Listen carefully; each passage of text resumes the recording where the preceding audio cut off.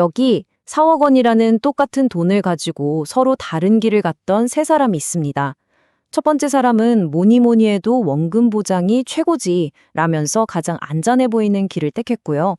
두 번째 사람은 그래도 믿을 건 부동산밖에 없어 라며 아주 전통적인 길을 걸었죠. 그리고 마지막 한 사람은 아니야, 미래에 투자해야 해 라면서 혁신의 길을 선택했습니다. 네, 바로 이 세 갈래 길입니다.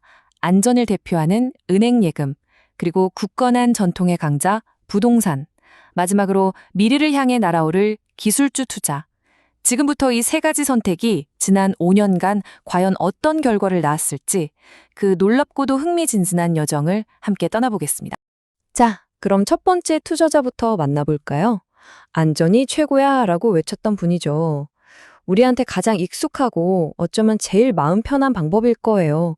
맞습니다. 바로 은행 예금입니다. 5년이 지나고 통장을 딱 열어보니 4억 원이 이자가 붙어서 4억 6,900만 원이 되어 있었습니다. 와, 가만히 있었는데 거의 7천만 원을 번 거잖아요. 수익률로 따지면 17.25%. 이 정도면 꽤 괜찮은 성과 아닌가요? 하지만 정말 그럴까요?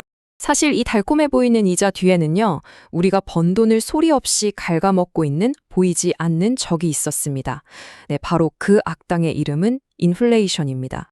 이게 무슨 말이냐면요, 지난 5년간 물가가 무려 17.5%나 올랐다는 거예요. 우리가 먹고 쓰고 즐기는 모든 것들의 가격이요. 그러니까 5년 전 4억으로 살 수 있었던 걸 지금 사려면 4억 7천만 원이 필요하다는 뜻이죠. 어라? 은행이자로 번 돈보다 물가 오른 게 더 크네요. 여기 이 그래프 좀 보세요. 노란색 물가 상승률 선이랑 빨간색 예금 이자 선이 거의 떡 붙어서 가고 있죠? 이게 뭘 의미하냐면 우리가 애써서 번 이자가 무섭게 오르는 물가를 그냥 겨우겨우 따라잡는 데 다 쓰였다는 겁니다. 결국 내 돈의 실제 가치, 즉 구매력으로 따지면 사실상 제자리 걸음이었던 거죠. 결국 현금만 은행에 넣어두는 건 아주 천천히 가라앉고 있는 배 위에 가만히 앉아 있는 거나 마찬가지였던 겁니다. 나는 멈춰 있다고 생각했지만 사실은 세상의 흐름에 뒤처지면서 가라앉고 있었던 거죠. 가장 안전하다고 믿었던 선택의 씁쓸한 배신입니다. 자, 그렇다면 두 번째 투자자는 어땠을까요? 그래도 믿을 건 땅이랑 집뿐이야 라고 외쳤던 분 말이죠. 정말 많은 분들이 지금도 최고의 투자처라고 믿고 있는 전통의 강자, 부동산의 길은 과연 어땠을지 한번 보시죠.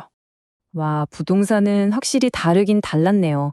5년간 33%라는 아주 인상적인 수익률을 보여줬습니다. 물가 상승률 17.5%는 가뿐하게 뛰어넘었죠. 은행 예금과는 달리 이건 진짜로 내 자산을 불리는 데 성공한 겁니다. 그런데 과연 이게 정말 최선의 선택이었을까요? 여기서 우리가 한번 생각해 볼 문제가 있어요. 우리나라 가계 자산을 보면 대부분이 부동산처럼 한 번 사두면 쉽게 현금으로 바꾸기 어려운 자산에 꽁꽁 묶여 있거든요. 이렇게 한 곳의 자산을 올인하는 방식이 과연 가장 효율적으로 돈을 불리는 방법일까요? 자, 이제 드디어 마지막 투자자의 차례입니다. 미래의 성장에 올라타야 한다고 믿었던 그의 선택은 과연 어떤 결과를 만들어냈을까요? 지금부터 그야말로 충격적인 결과를 공개합니다. 여러분, 저 보라색 선 보이시나요? 미국 반도체 ETF의 성과는요, 다른 모든 선택지들을 말 그대로 바닥에 있는 점으로 만들어버렸습니다. 이건 그냥 단순한 성장이 아니에요. 이건 그야말로 폭발적인 도약이었습니다. 그런데요, 이 엄청난 결과가 그냥 순탄하게 얻어진 게 절대 아닙니다. 2021년에 120%나 급등하면서 환호성을 질렀지만 바로 다음 해에 마이너스 18%라는 정말 뼈아픈 하락을 견뎌내야만 했어요. 이 공포의 계곡을 버텨낼 수 있는 믿음과 배짱이 없었다면 결코 이 최종 승자가 될 수는 없었을 겁니다. 자, 최종 결과를 한번 나란히 놓고 보시죠. 은행 예금은 4억 7천만 원, 부동산은 5억 3천만 원이 됐습니다. 그런데 ETF는요? 무려 34억 원입니다. 같은 시간 똑같은 돈으로 시작했는데 누구는 작은 언덕을 올랐고 누구는 저 멀리 거대한 산 정상에 오른 셈이죠. 이 극명한 차이, 대체 우리에게 무엇을 말해주고 있는 걸까요? 이건 그냥 그때 반도체 ETF가 좋았구나 하는 결과론적인 이야기가 아니에요. 돈을 대하는 우리의 근본적인 자세, 즉 마인드셋에 대한 이야기입니다. 제가 여러분께 한번 여쭤볼게요. 여러분의 돈은 지금 무엇을 하고 있나요? 은행 통장에서 그냥 쿨쿨 잠자고 있나요? 아니면 부동산이 되어서 묵묵히 집을 지키고 있나요?